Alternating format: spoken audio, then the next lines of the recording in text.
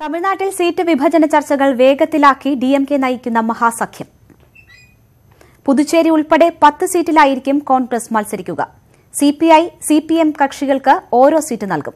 9-ലധികം പാർട്ടികൾ ഡിഎംകെ നയിക്കുന്ന സഖ്യത്തിന്റെ ഭാഗമാണ്. മഹാസഖ്യങ്ങൾ തമ്മിലുള്ള പോരാട്ടത്തിനൊരുങ്ങുകയാണ് തമിഴകം.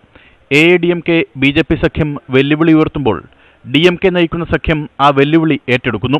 പുതുച്ചേരി ഉൾപ്പെടെ 40 ലോക്സഭാ മണ്ഡലങ്ങളിൽ കോൺഗ്രസിന് 10 സീറ്റ്.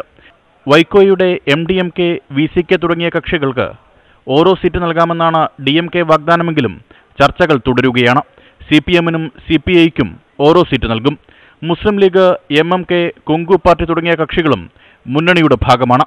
മുഴുവൻ കക്ഷികളുമായും ചർച്ചകൾ പൂർത്തിയായ ശേഷമായിരിക്കും ഡിഎംകെ എത്ര സീറ്റിൽ മത്സരിക്കുമെന്ന് പ്രഖ്യാപിക്കുക. 2014 തമിഴകം എഐഡിഎംകെക്ക് അനുകൂലമായി വോട്ടുകുത്തിയപ്പോൾ ഒരു സീറ്റിലും ഡിഎംകെക്ക് ജയിക്കാൻ സാധിച്ചിരുന്നില്ല. തൊട്ടു പിന്നാലെ നടന്ന നിയമസഭാ തെരഞ്ഞെടുപ്പിൽ എഐഡിഎംകെ തന്നെ അധികാരം നിലനിർത്തി. കരുണാനിധിക്ക് ശേഷം ഡിഎംകെയുടെ തലവനായ എം.കെ. സ്റ്റാലിന്റെ രാഷ്ട്രീയ ഭാവിക്കും വലിയ ജയം അനിവാര്യമാണ്. Election desk, news 18.